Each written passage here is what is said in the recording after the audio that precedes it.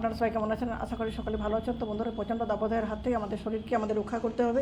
এই জন্য যথাসম্ভব রোদে না বেরোনোর প্রয়োজন হলে বেরোনো চলবে না। আর এমন সব খাবার খেতে হবে যেগুলো আমাদের শরীরকে ঠান্ডা রাখে। সেই সমস্ত শাকসবজি খেতে হবে যেগুলো প্রচুর পরিমাণে জল থাকে এবং শরীরকে শীতল রাখতে সাহায্য করতে। বন্ধুরা, সেরকম একটি সবজি হলো পটল। এই গরমের সবজি পটল খেলে শরীর অনেক শীতল থাকে। তো পটল দিয়ে আপনি বিভিন্ন ধরনের রেসিপি বানাতে পারেন। আমি আজ নিরামিষ একটা রেসিপি আপনাদের সাথে শেয়ার করবো। আজকে বানাবো দই পটল। দই পটল বানানোর জন্য এখানে 500 গ্রাম পটল কেটে খোসা ছাড়িয়ে নিচ্ছি। মাঝে মাঝে খোসাটা রেখেছি। আমি দুটো পাট করেছি, আপনি চাইলে নাও করতে পারেন, একটু চিড়ে দিতে পারেন। লবণ হলুদ মাখিয়ে নিচ্ছি। আর দই পটলটা যে প্রধান উপকরণ হচ্ছে দই। এখানে 150 গ্রামের মতো টক দই নিয়েছি। পটলের পরিমাণ অনুযায়ী আপনি দইটা নেবেন। এখানে দিয়ে দিচ্ছি 1 চামচ হলুদ গুঁড়ো, 1 চামচ লঙ্কা গুঁড়ো, এটা কাশ্মীরি লাল লঙ্কার গুঁড়ো কালারের জন্য। আর এই ছোটো চামচে 2 চামচ বানানোর জন্য পটলগুলো ভেজে নিতে হবে। জন্য কড়াই বসিয়ে কড়াইতে দিচ্ছি সাদা তেল আর সানফ্লাওয়ার তেল। আপনি চাইলে সর্ষের তেলও দিতে পারেন। আমি দই যেহেতু দেবো এই জন্য সাদা তেলটা ব্যবহার করলাম। তেলটা গরম হয়ে গেছে।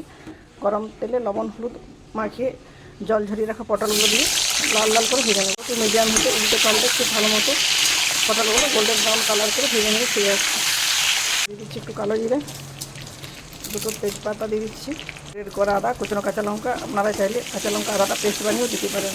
সেই জন্য দিয়ে দিচ্ছি সামান্য একটু হলুদ গুঁড়ো আর একটু দিচ্ছি কাশ্মীরি লাল লঙ্কার গুঁড়ো।